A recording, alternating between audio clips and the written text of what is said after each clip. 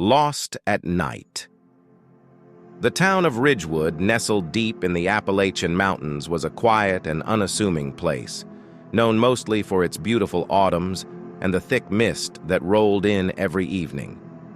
Tourists often came for the picturesque landscapes and the charming small-town atmosphere, but locals knew better than to venture too far into the woods after sunset.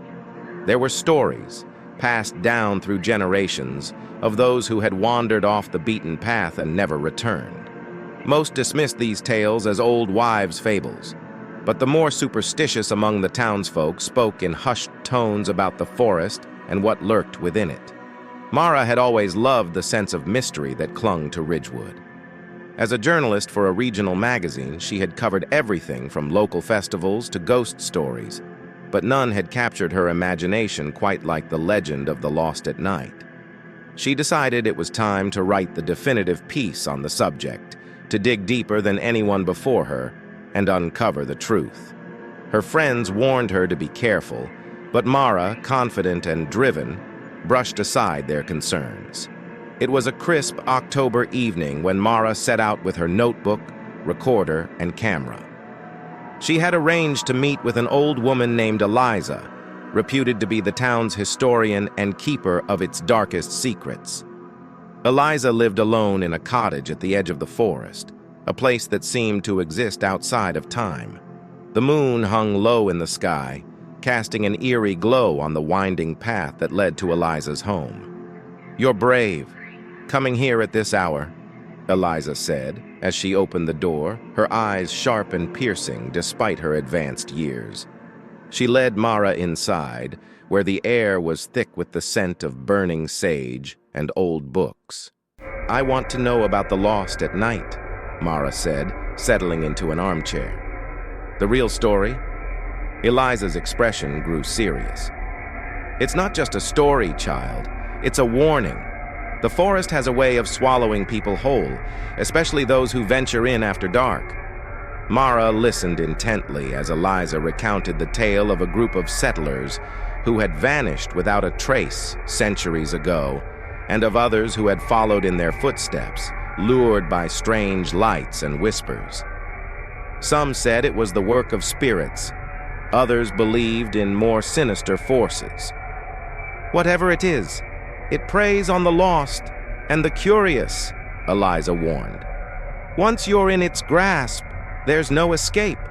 Mara thanked Eliza and left the cottage, her mind buzzing with questions. Determined to uncover more, she decided to spend the night in the forest. Armed with a flashlight and her curiosity, she ventured into the woods, the trees closing in around her like silent sentinels. The deeper she went, the thicker the mist became, curling around her legs and obscuring the path. Mara tried to keep her bearings, but the forest seemed to shift and change, leading her in circles. Hours passed, and the chill of the night seeped into her bones. Just as she was about to turn back, she saw it. A faint light flickering through the trees.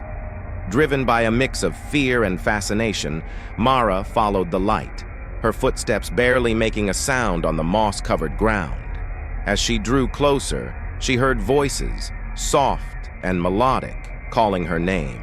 She broke into a run, desperate to find the source, but the light always seemed just out of... Mara ran, her flashlight flickering, her mind racing with thoughts of escape. She had to find a way out, had to warn others. But no matter how far she ran, the forest seemed to stretch on endlessly, a maze with no exit. The voices grew louder, more insistent, pulling her deeper into the darkness. Exhausted and terrified, Mara stumbled upon an old, abandoned cabin. She burst inside, slamming the door behind her. The cabin was decrepit, filled with cobwebs and the stench of decay. But it was shelter, and for a moment, she felt a glimmer of hope. She searched the cabin, looking for anything that could help her. In a corner, she found an old journal, its pages yellowed with age. She opened it, her hands shaking, and began to read. The journal belonged to one of the settlers Eliza had mentioned, a man named Thomas. His entries detailed their journey into the forest, the strange occurrences, and finally, their descent into madness. "There's no way out," Thomas had written in his final entry. "The forest has us. It feeds on our fears, our souls. We are lost, forever." Mara's heart sank as she realized the hopelessness of her situation. She was trapped, just like the others before her, but she couldn't give up. She wouldn't become another lost soul. Clutching the journal, she formulated a plan. She would use Thomas's notes to find a way out, to break the cycle. As dawn approached, Mara felt a renewed sense of determination. She left the cabin, following the directions in Thomas's journal. The forest was still, the mist lifting with the rising sun.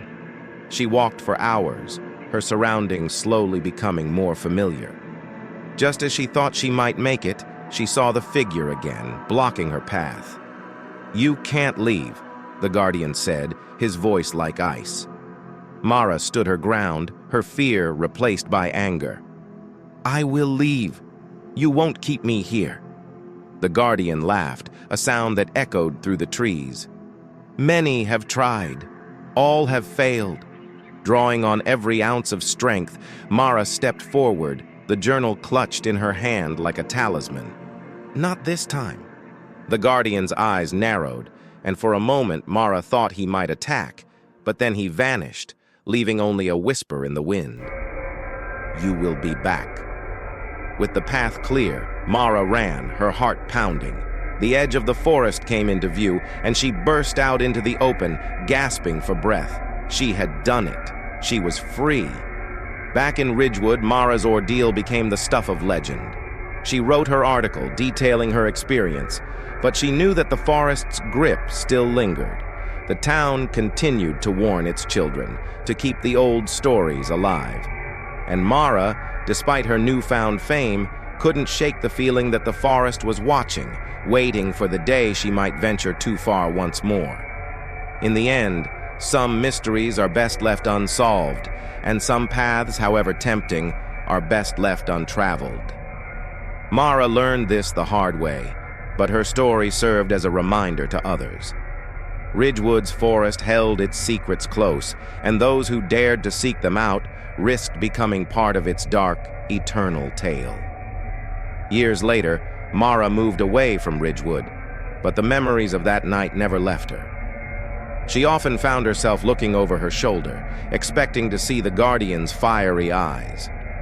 The forest's call was faint but persistent, a haunting reminder of what lay within its depths. She knew better than to return, but the pull of the unknown was a constant whisper in her mind. As for Ridgewood, the legend of the lost at night grew with each retelling. Tourists came, drawn by the thrill of the unknown, but few dared to test the forest's boundaries. Those who did often returned with wild stories of lights and voices, or not at all. The town continued to thrive, its eerie charm a magnet for the curious and the brave. But for Mara, the forest remained a shadow on her soul, a reminder of the thin line between curiosity and obsession.